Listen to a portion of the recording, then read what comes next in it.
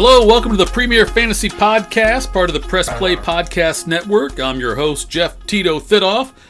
Make sure you subscribe and listen on Apple, iTunes, Spotify, wherever you get your podcasts fixed. It's the Premier Fantasy Podcast, part of the Press Play Podcast Network.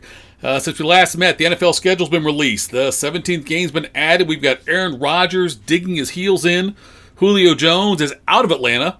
We've got some running back news, and is Tim Tebow going to be Tim Tebow? We'll talk about all that today on today's podcast. I want to start talking about Julio Jones and the trade. He went to the Tennessee Titans, and the Titans gave up a couple of picks. They got a pick back. The second-round pick was the big one that the Titans gave up to get him. And Julio Jones now joins A.J. Brown, Derrick Henry, and you've got Ryan Tannehill. I've always been a Tannehill fan. I think that he got a raw deal in Miami, but he was one of those guys who improved every year, the first several years of his career before falling off a little bit. But Julio Jones going there, and there was all this excitement about Julio Jones, Calvin Ridley, Kyle Pitts all together playing there in Atlanta with Matt Ryan. And because they're in salary cap hell, they had to move on from Julio Jones. There was talk about him going to New England, Seattle. The Eagles were in the mix also. But Indianapolis was another one. But ultimately he goes to Tennessee. And when you look at this, I always like receivers in domes, or that play a lot of games in domes in warm weather. I know that there's been a lot of receivers that have certainly performed well regardless of the elements. I mean, Randy Moss had a monster year for the Patriots, obviously, the year they almost won the Super Bowl and went undefeated in the regular season. But I typically prefer a Julio Jones type player to be in a dome. I loved Calvin Johnson in Detroit. Not that he would have been great anywhere else, but when you're in a dome with a strong arm quarterback, that's a perfect recipe for me. And Matt Ryan's a better quarterback than Ryan Tannehill. Now, that being said, we'll look at it first from the Atlanta side. Calvin Ridley is a number one wide receiver. He is WR1, no doubt about it. So, when Jones is out last year, he missed some games. Ridley was just fine. And you got Kyle Pitts there now. Ridley did not need Julio Jones next to him to be outstanding. He already was, and now you add a better weapon than Julio Jones was last year. Say what you want. Kyle Pitts is a better weapon this year than Jones was last year, and part of that is because Julio Jones was hurt. So I don't think this affects Calvin Ridley's value that much. I think that what you saw at the end of last year is what you're going to see this year with Calvin Ridley. It's the same kind of thing, if not a little better, because Kyle Pitts is there to take some pressure off, whereas no one was there last year to take pressure off of Ridley. It doesn't really hurt Matt Ryan's value either. I mean, Matt Ryan is I've always been a Matt Ryan guy, and he still has a great wide receiver to throw to in Calvin Ridley. He's got a great red zone weapon in Kyle Pitts. The bigger question about the running back situation in Atlanta, we can talk about that later. But Atlanta had to make this deal in order to be able to have the money to sign their draft picks like Kyle Pitts, because they were up against it. They needed to dump the salary. They got Tennessee to buy into it. And so now Julio Jones goes to the Titans and joins a team that certainly could use as many playmakers on offense as they can get. I'm not convinced it's a great situation fantasy-wise with Julio Jones. Look, having Julio Jones and A.J. Brown is wonderful. It's much like what Julio Jones had with Calvin Ridley the last couple of years. He had another guy on the other side that's going to draw attention. Not to mention, you have Derrick Henry in the backfield now. So it's going to be a matchup nightmare for opposing defenses. A nightmare matchup for opposing defenses.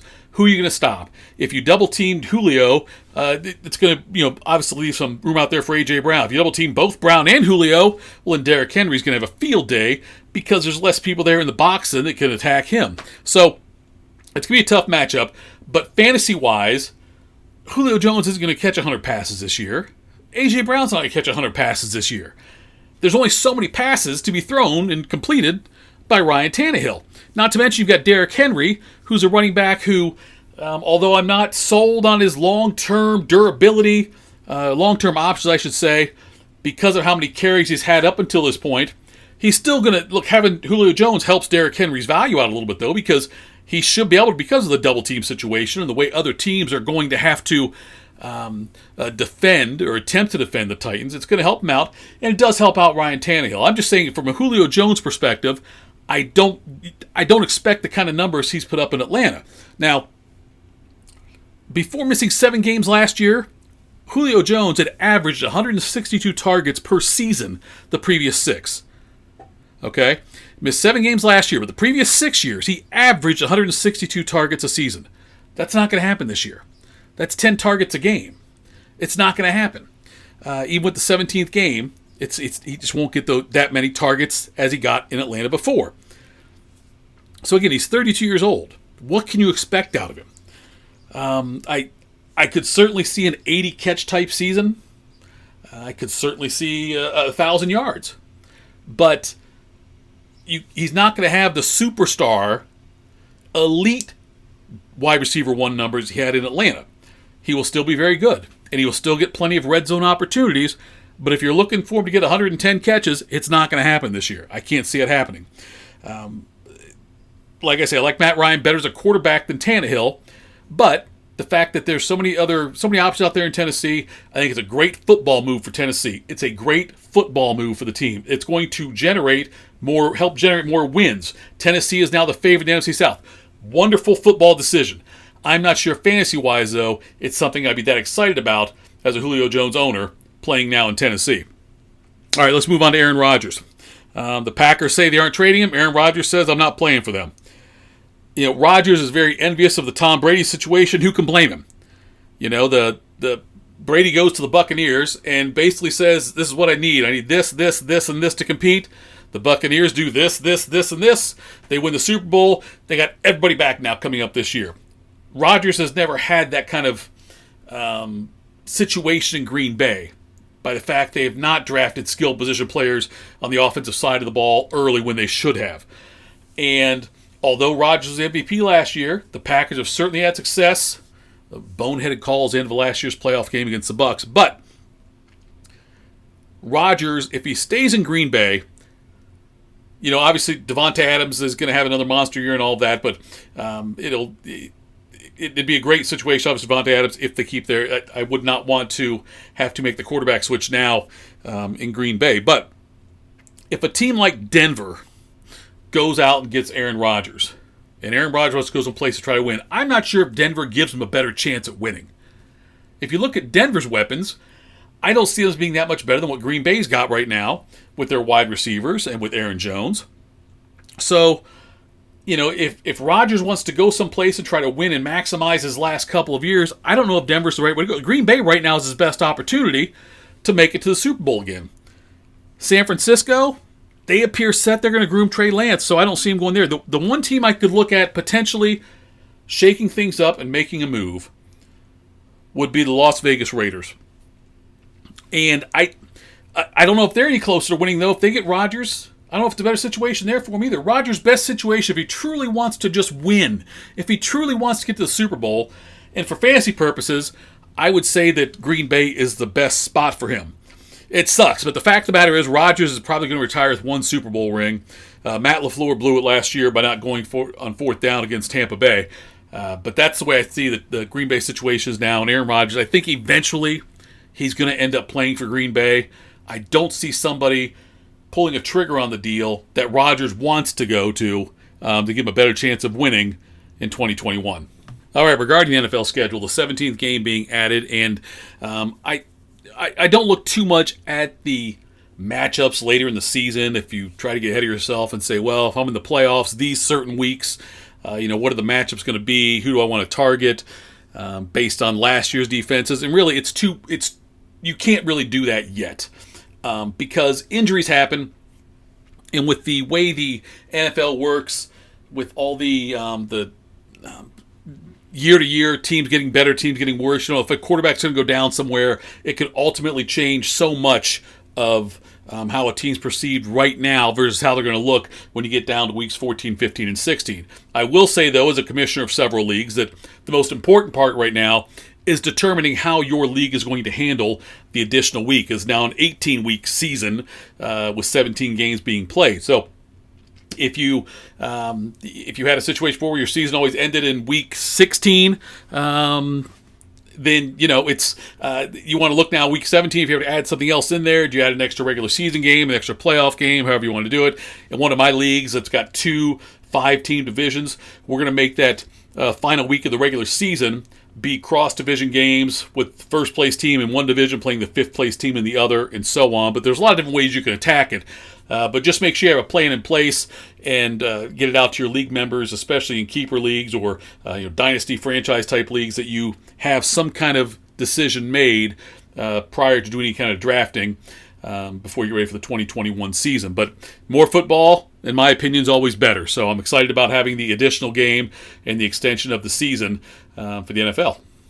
All right, coming up after the break, I want to talk about some running backs, some second-year guys, and what's going to happen with them as we forecast the 2021 seasons for some of the guys who were rookies last year that came into the league. Support for the Premier Fantasy Podcast is brought to you by MANSCAPED, who's the best in men's below-the-waist grooming. MANSCAPED offers precision-engineered tools for your family jewels. They obsess over their technology developments to provide you the best tools for your grooming experience. MANSCAPED is trusted by over 2 million men worldwide, including me. Join the movement for all your below-the-waist grooming needs. Manscaped, the best for below-the-waist men's grooming and hygiene. And one of the things I love about the Lawnmower 3.0, the new one, is that you can use it in the shower. It can get wet. That's okay. So it makes it much easier. It's got a light on it that will also help you. And the waterproof technology is just a wonderful thing there for Manscaped. So if you go to Manscaped, by the way, and type in code TITO, you get 20% off your first order and free shipping. So manscaped.com, code TITO will get you 20% off and also free shipping. Your balls will thank you. Hello, Brooks here with the Books with Brooks monthly book club podcast. We read one book a month and then we talk about it. Books like Stephen King's The Shining or Where the Crawdads Sing by Delia Owens. If you're on the hunt for book recommendations and enjoy sparkling conversation, come read along with us and then listen in.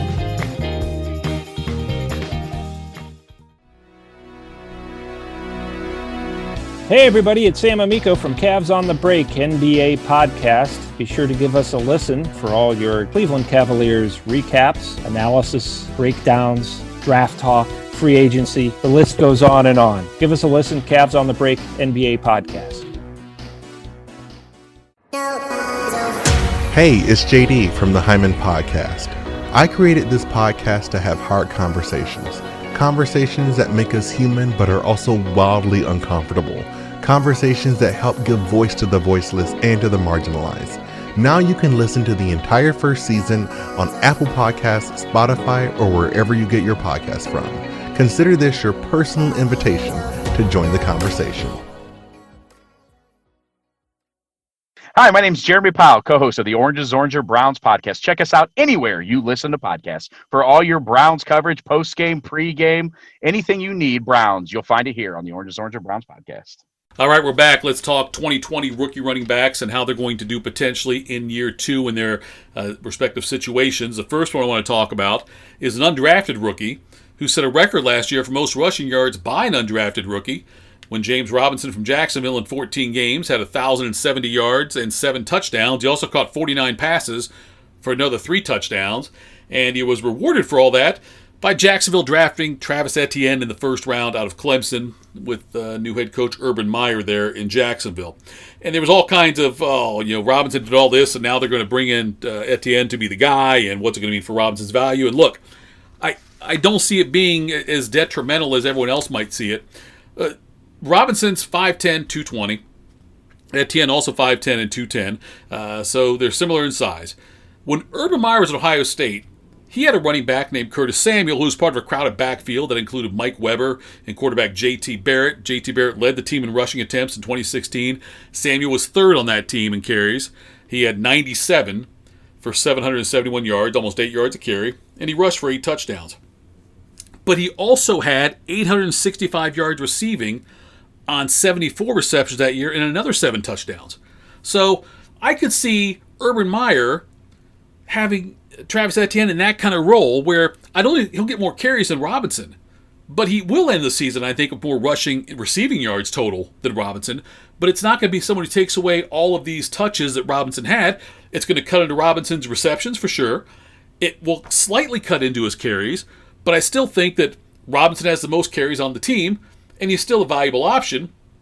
Etienne doesn't strike me as an every down between the tackles kind of back. I think I think Urban will use him like he used Curtis Samuel at Ohio State. You see what's happened with Samuel since then. He is now a really good receiver who just signed with Washington as a free agent after performing well in Carolina. Another one I want to look at now, Jonathan Taylor in Indianapolis. He got his chance last year when Marlon Mack tore his Achilles just 4 carries into the season. Mack was someone I was high on last year, and tearing his Achilles 4 carries into that first game there obviously tanked his value and threw Jonathan Taylor into the spotlight. By the way, Marlon Mack re-signed with Indy in the offseason. He inked a 1-year, $2 million contract. This is Taylor's show. Over the prior 2 seasons, Mack had rushed for almost 2,000 yards and scored a total of 18 touchdowns. But that injury, coupled with Taylor's breakout, look, Taylor had over 1,500 yards and 12 touchdowns, means Mack is nothing more than a handcuff now. I would go get him, though. I would make sure if I'm a Jonathan Taylor owner that I target Marlon Mack as a handcuff there in Indianapolis in case something would happen to Jonathan Taylor. Moving up to Detroit with DeAndre Swift. He finished with 878 yards and 10 touchdowns last year. The Lions added Jamal Williams, formerly of Green Bay. Williams signed a 2-year deal that could be worth up to $7.5 million. With Green Bay, he had 741 yards and 3 touchdowns. He's 6 feet tall, 213 pounds compared to Swift, 5'9", 215. And also Detroit supposedly is very interested in Todd Gurley. So that's a lot of mouths to feed in Detroit. And the question is, who's going to get the bulk of the touches under the new coaching staff? Anthony Lynn is the new offensive coordinator. Remember, he was a head coach for the last 4 years with the Chargers, and he deployed a running back tandem of Melvin Gordon and Austin Eckler. Eckler had 92 receptions in 2019. I don't think he'll use Swift quite to that extent, but I could see a 60 to 70 catch season for Swift this year. I like Jamal Williams, and supposedly Anthony Lynn likes him a lot too. I think he's been referred to as 1A, meaning he would be the guy who gets the carries on early in the games on first down and second down. But, and although I like him, I don't think Jamal Williams will be anywhere near as valuable as DeAndre Swift. I think Swift ultimately is the back to own there. I'm not really worried about Todd Gurley. Todd Gurley's a shell of his former self. The knees are just gone, and that's why he's bounced around a couple times now after getting bounced by the Rams and then the very forgettable year with Atlanta. So the last one I want to talk about now is Clyde Edwards-Helaire in Kansas City. And the hype surrounding him was off the charts last year when the Chiefs used a first-round pick on him. All we heard was about how incredible it is. He's going to be in Andy Reid's system and how many different ways Andy Reid's going to get the ball and how the Chiefs' offense is just so elite. Adding someone like him in there is going to do wonders for that offense. And he came out and he did pretty well early on. He ended up with 1,100 yards, but he only scored 5 touchdowns. He will be better this year. But there are so many weapons in that offense. I know he did miss 3 games last year. Le'Veon Bell, they signed and brought him in. He's not coming back. He didn't make much of an impact anyway, but I could see a 1,500 total yard season and anywhere from 8 to 10 touchdowns for Clyde Edwards-Helaire. He fell short of expectations last year. He was very inconsistent, and I think he'll be better this year than he was last year, but it's not going to be this, this elite Christian McCaffrey or Saquon Barkley or Dalvin Cook type running back, I don't think, for Kansas City. I think he's a viable weapon, but they have so many different weapons on that team. How many more touchdowns can the team score? Travis Kelce's going to get his. Kelce will have 15 touchdown passes probably this year, 15 receptions. So Edwards-Helaire's not going to be a lot of opportunities for him to score, but I think he's going to have a better year than he had last year, that's for sure, provided he can stay healthy. All right, that's it for me. Thanks for tuning in again. The Premier Fantasy Podcast, part of the Press Play Podcast Network. Listen, subscribe on Apple, iTunes, Spotify, wherever you get your podcasts fix. Thanks also to MANSCAPED for supporting the Premier Fantasy Podcast. Go to manscaped.com, enter code TITO. You'll get 20% off your first order and free shipping. That's manscaped.com, code TITO. And follow me on Twitter at FitHappens. Shoot me all your fantasy football questions. I'll be sure to get back to you. Give me a follow, and I'll follow you back. Thanks so much, and have a great day.